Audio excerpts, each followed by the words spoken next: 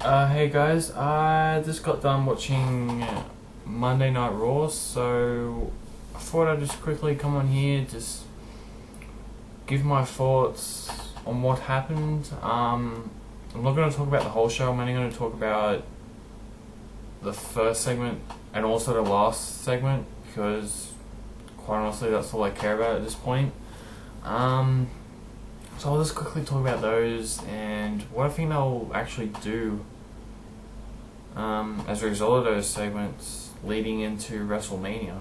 And I gotta say, it's pretty interesting. There's a lot of things they could do, some good, some bad. I will say I will give WWE credit for admitting that yes, they possibly fucked up, and at least they're not denying the fact that their fans hated the show.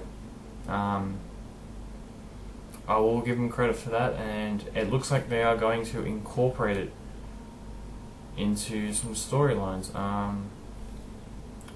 If they do that, and this was actually the plan all along, then a part of me thinks WWE is still stupid because they made us pay for the Royal Rumble, but then a part of me thinks, okay, this company's full of geniuses if they're actually going to do what I think they should do.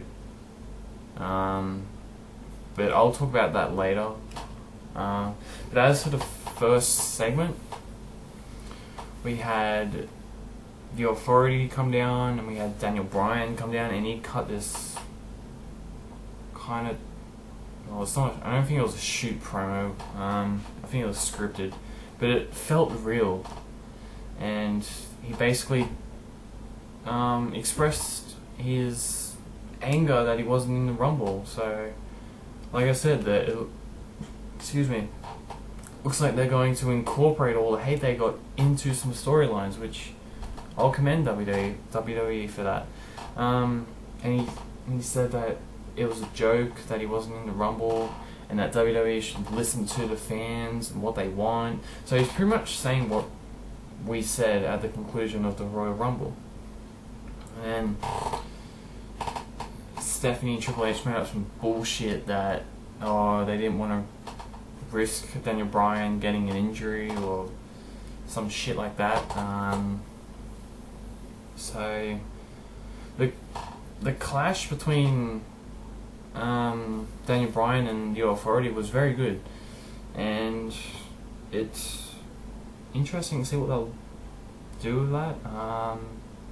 Again, like I said in my previous video, it's possible they'll do a Daniel Bryan Triple H match, but I'm going to put that on hold, and I'm going to discuss another match that I think they should do, but I'll do that later in the video. I want to talk about the final segment first, but getting back to the first one, I've almost forgot. Then after that confrontation, the Shield came out and they were going to attack Daniel Bryan, and then Sheamus and John Cena, they came to save, and then you pretty much knew where it was going to go from there. It was announced that the Shield versus Daniel Bryan, John Cena and Sheamus would be in the main event, and the winners of that match would qualify for the Elimination Chamber match for the WWE World Heavyweight Championship. So let's get to that. Match came to a close when the Wyatts, they interfered again.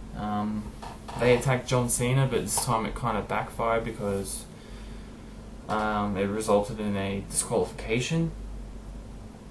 So Daniel Bryan, Sheamus and John Cena, they're in the Elimination Chamber. So that's good. It's mainly for Daniel Bryan. I don't care about the other two loons, but it's good to see Daniel Bryan in the title picture. Some people are going to say, I know they're going to say it, that he should just win the title here. I can understand why you would want that to happen, but I'm actually going to I want Daniel Bryan should be in the match, but I don't want him to win it. I know that sounds weird, but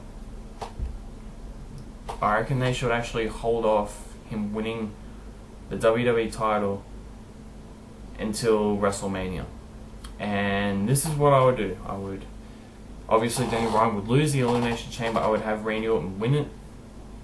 And I would have Randy Orton versus Batista versus Daniel Bryan in a triple threat match for the title. And I would have Daniel Bryan win. And the reason I would do that is it's WrestleMania. It's your biggest pay-per-view of the year. It makes sense for Daniel Bryan, who has overcome everything in the last year. He's overcome his stuff with the Authorities, the Wyatts, Shield, all that shit. And including the Royal Rumble fiasco. Just imagine him overcoming all that and eventually fulfilling his dream and winning the title in the main event of WrestleMania. The story writes itself. I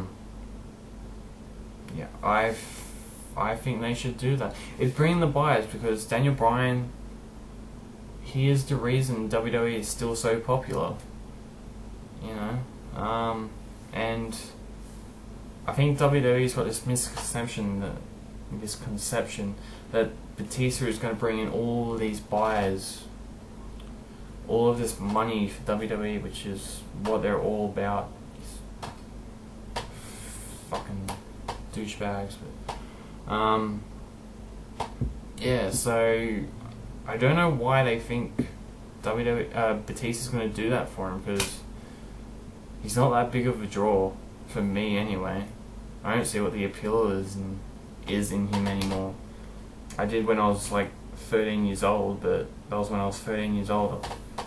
I don't find him that entertaining anymore. Sorry, Batista, but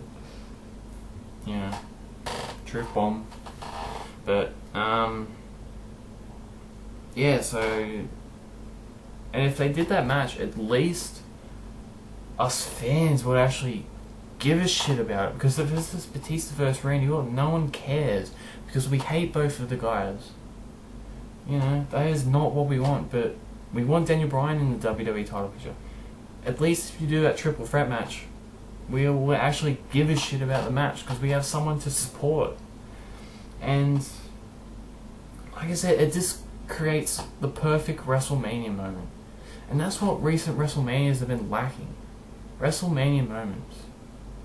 There used to be a time where you would have like 2 or 3 at every show.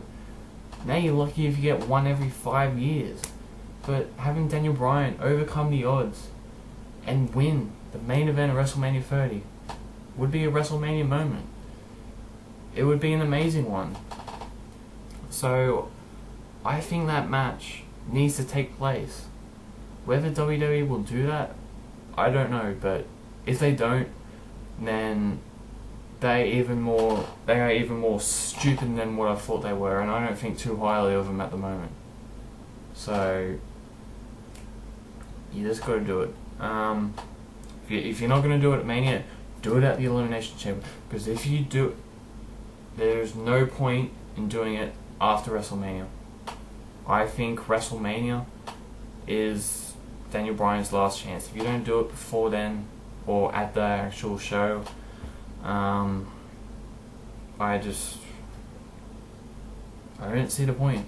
Like, if this has been your plan, like the whole Royal Rumble thing and all of that, surely you would build him up to eventually win at Mania, not just some, non-Big Four pay-per-view. It's like, because it's a big moment. Whether WWE wants to admit that, Daniel Bryan is the most over guy in the company. Having him win the title is now a really massive moment. So I reckon they should do that at Mania.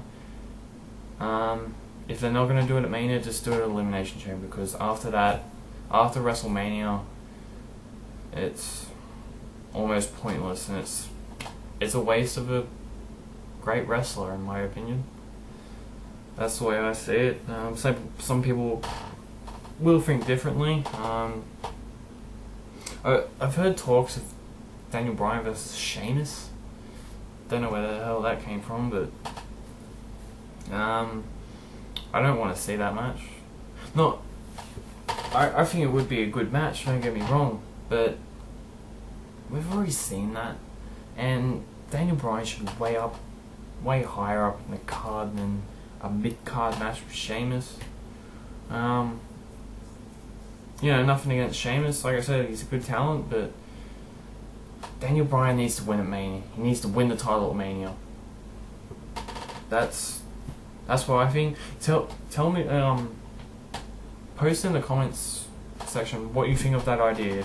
If you like it, tell me what you think they should do.